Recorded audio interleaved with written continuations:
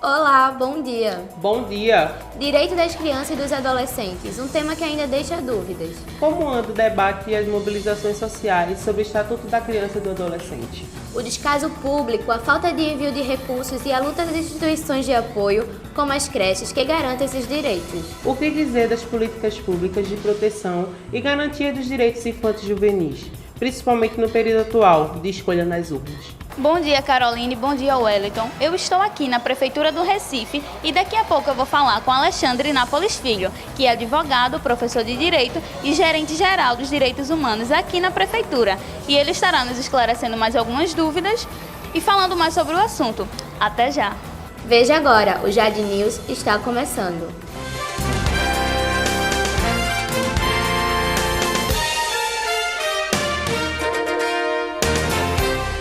No Brasil, crianças e adolescentes têm seus direitos garantidos por artigo constitucional desde 1988.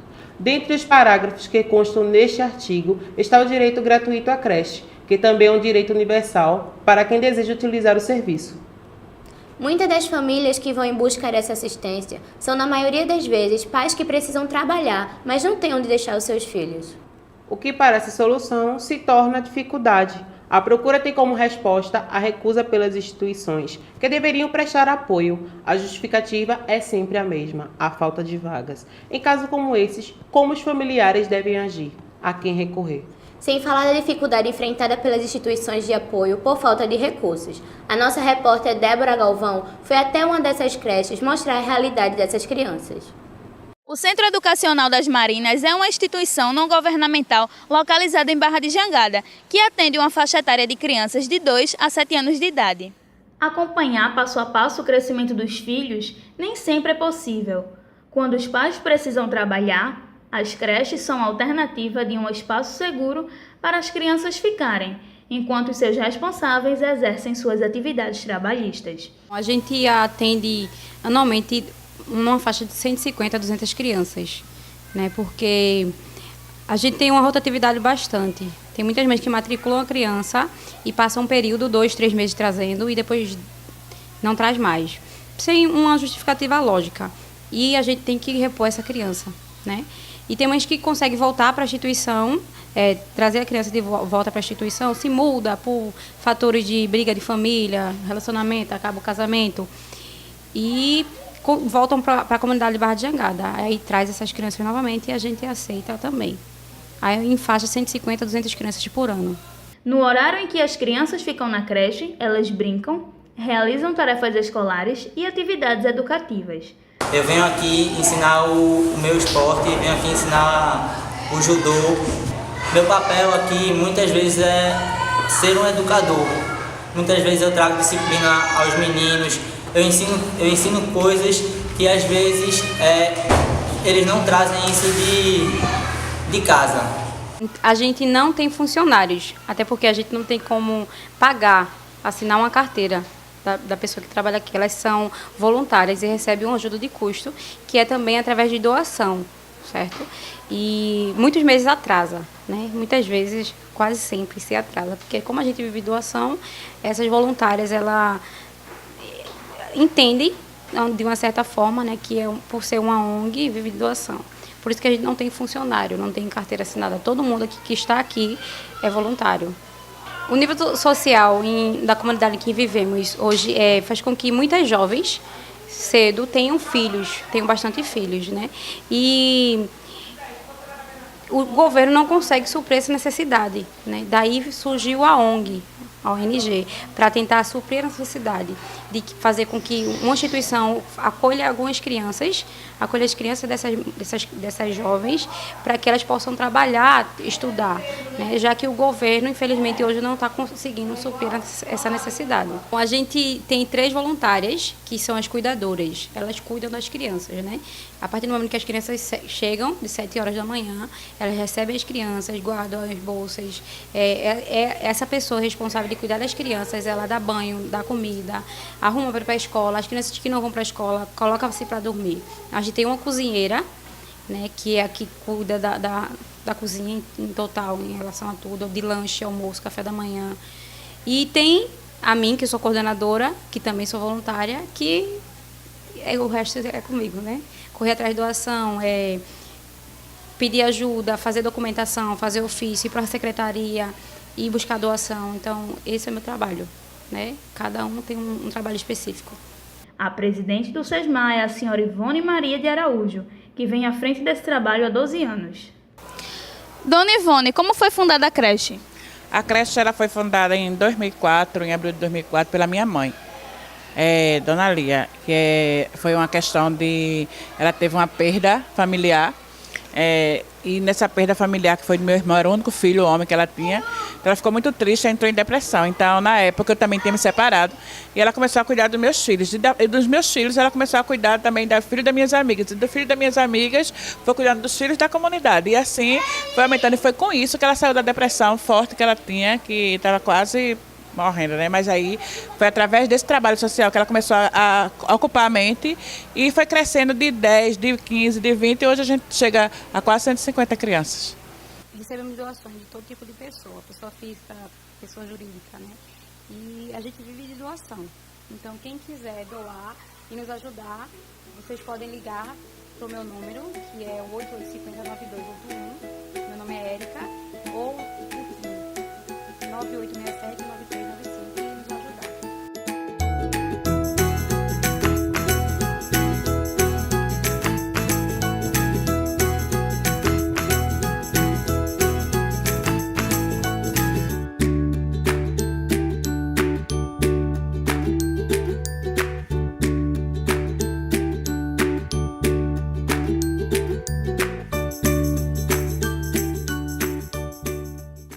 É uma triste realidade. Vale ressaltar que a creche não é só um local de permanência, mas principalmente de crescimento e desenvolvimento sadio de muita importância. É verdade. No próximo bloco, vamos saber sobre dados de violência a crianças e adolescentes. Qual o posicionamento social diante das políticas públicas de proteção adotadas no plano de governo? O Jardim News volta já.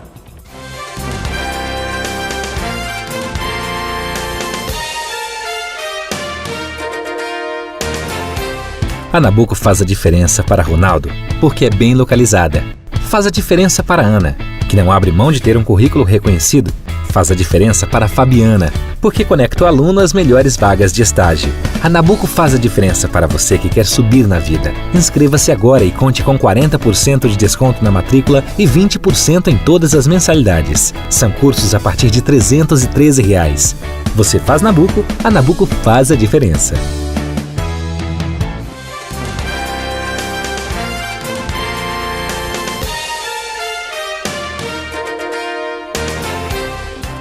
De acordo com dados da Secretaria de Defesa Social, no ano passado, 18 crianças com idade entre 1 e 12 anos foram assassinadas em Pernambuco, além de dados alarmantes de abusos sexuais e violência doméstica.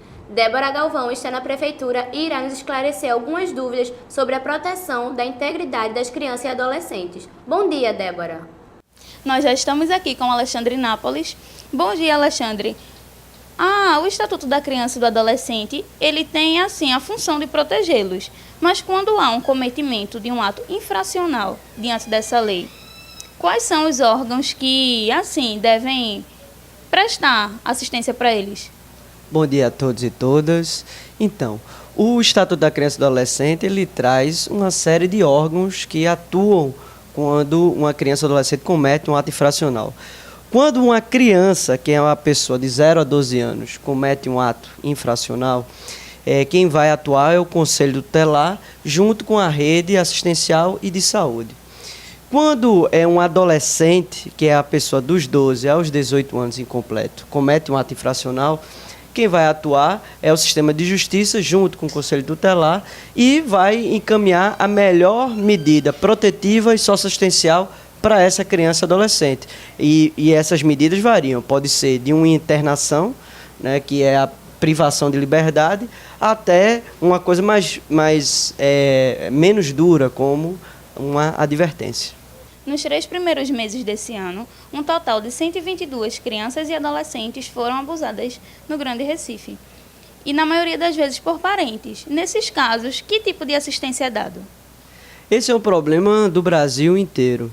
O Estado, ele tem várias soluções que podem ser dadas. Uma no campo da saúde, prestando atendimento a essa criança vítima dessa violência, outro no campo assistencial, que é buscando retirar, se for o caso, essa criança do poder familiar dos pais, e no outro no campo da justiça, que é abrindo um processo criminal contra esse agressor e encaminhando o processo criminal para, se for o caso, levá-lo ele à prisão. Então tem 3 caminhos: a área da assistência, a área da saúde e a área da justiça em si. E no caso das crianças, como é que nós podemos identificar que elas estão sendo abusadas sexualmente? Aí a gente pode ter alguns sinais, como uma mudança de comportamento. Então, uma criança que é muito extrovertida, se ela fica calada, se ela fica arredia, isso é um sinal que os pais devem ter atenção. O outro é uma piora na qualidade dentro da sala de aula, com as suas notas caindo, enfim. Então, essas condutas dessas crianças devem ser observadas pelos pais, assim como alguma vermelhidão, roxidão pelo corpo. Muitas vezes não sabemos a quem recorrer para denunciar atos de agressões a crianças e adolescentes. Mas a quem, de fato, nós devemos procurar para denunciar esse tipo de crime? A gente pode denunciar por 2 vias. Uma por meio do Disque 100, 100, que é uma forma de você denunciar de forma anônima, não tem custo nenhum, 24 horas por dia. E a outra forma é na delegacia de polícia ou então no 190.